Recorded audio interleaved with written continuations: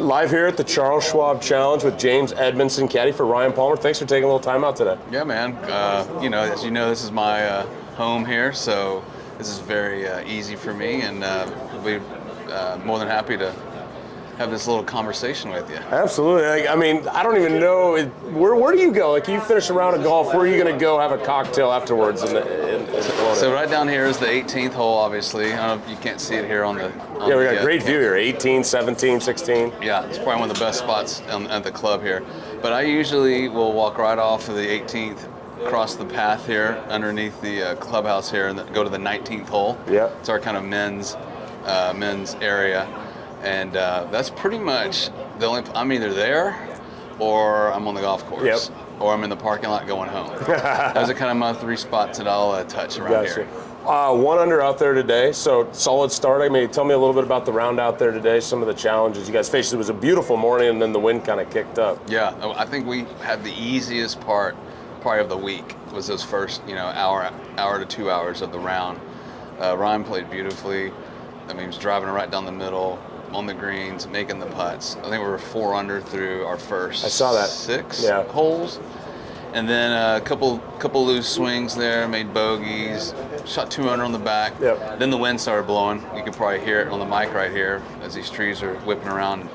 And Ron and I are both talking about this today, that we're used to normally seeing like a north wind in the wintertime or like a southwest wind. Yep. Pretty much the rest of the year. And this is like a northwest wind. This is a very unique wind for this place. So even he and I out there were, struggling a few spots of, what club to hit. Interesting.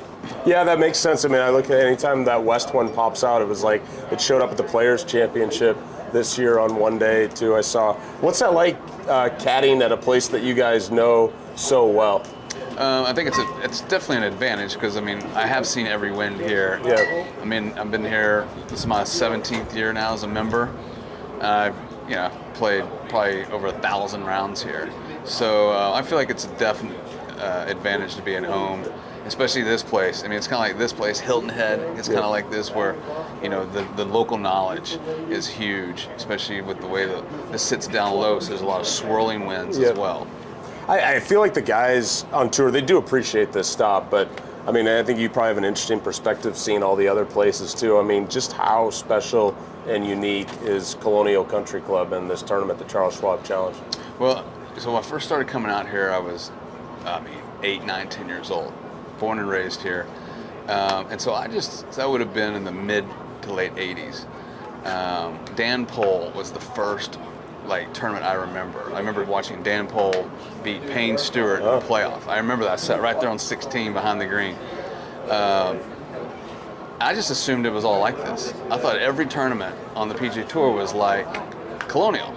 And then get out there with Ryan. Our first year was in 2004, and first few events on the West Coast, and then we go to Florida, and I'm like, this is really like what I thought. And it's I think it's the closest thing we have to Augusta. Yeah.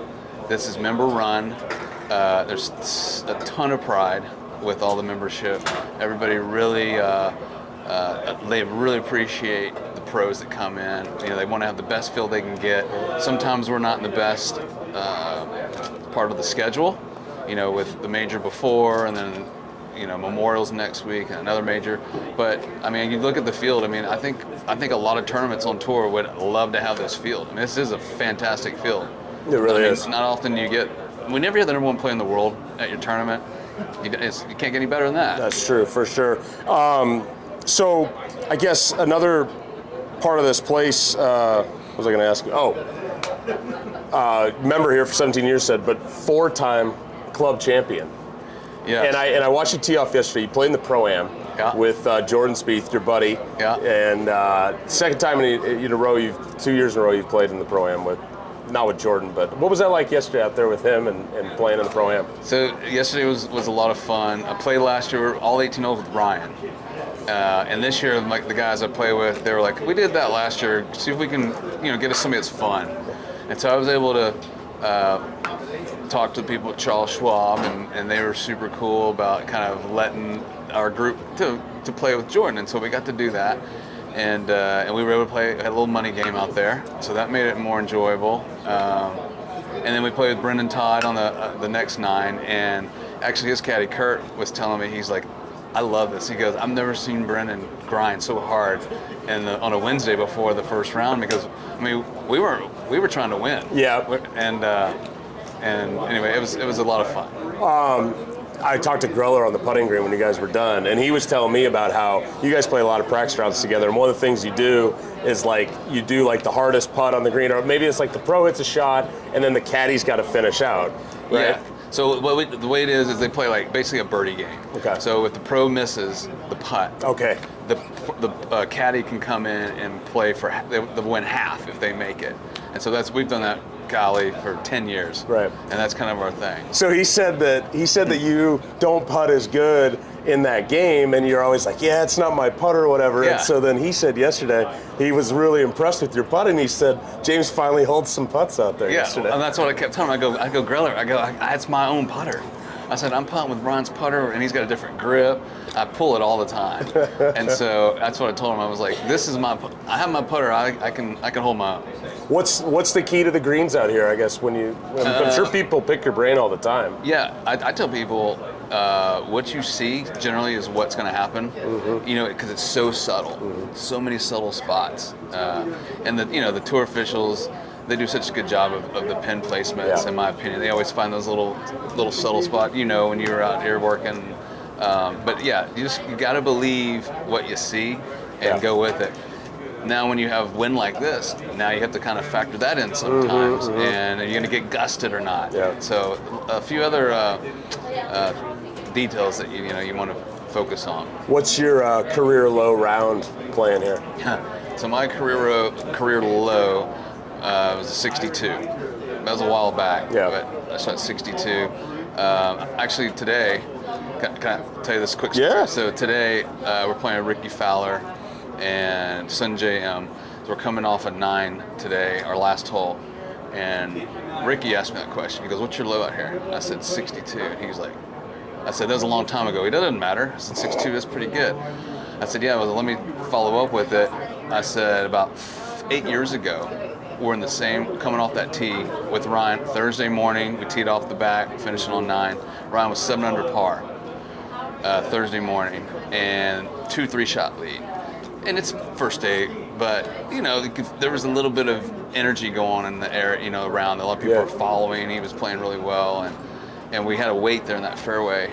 And this is what I was telling Ricky is that the weight's going. I can see Ryan kind of get a little uncomfortable, and I just flat out said, "This is a big deal." And he's like, "What are you talking about?" I go, "If you birdie this hole," I said, "you're going to time my best round down here." And he was like, F you. He goes, "Give me the wedge." Takes the wedge, hits it to like here, taps in 62. Love it. So, that's a great story. Great caddying there. Yeah, you laid your record down for him to take. Exactly. Very nice of you. You guys have been together for a really long time. I mean, how did you guys come to be friends and be out here? And then what's like advice you would give to another caddy that's been with his player for a long time, or how to like stay with your player? Right. No, it's a very unique relationship. We met in 1993 playing in a regional high school golf tournament. Okay. With here in the state of Texas. So we met then, played against each other in college.